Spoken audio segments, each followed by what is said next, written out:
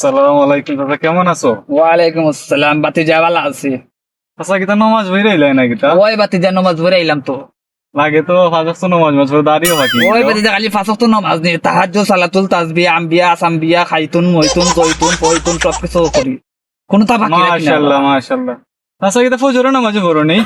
ওই বাতিজা ফাঁস ওয়াক্তের নামাজে তো ফজরের নামাজও আছে।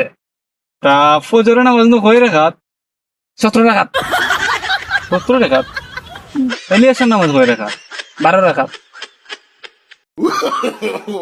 তাইলে জোরের নামাজ হয়ে রেখাত।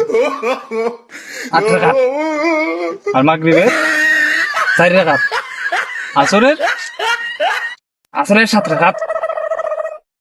আচ্ছা, হিসাব তো মিলেন না। আমি কই তুমি মিলাইও।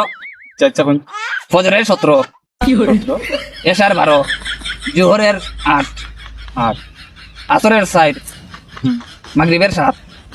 কত হইল? 48। এটা মিলছে নি? হিসাব তো মিলে গেছে। আমি কোনো ভুল করছি নি? না না না, তাইলে তুমি কিতা বলতে লাইতে যাই গিয়ে বাতি না বুঝা আলে মারতো না। হালার চাচাই তো হিসাব দিয়া গেল, কোনটা লগে কিতা দিয়া গেল কিচ্ছু তো বুঝতাম, হিসাবও মিলি দিল। আল্লাহ ভালো।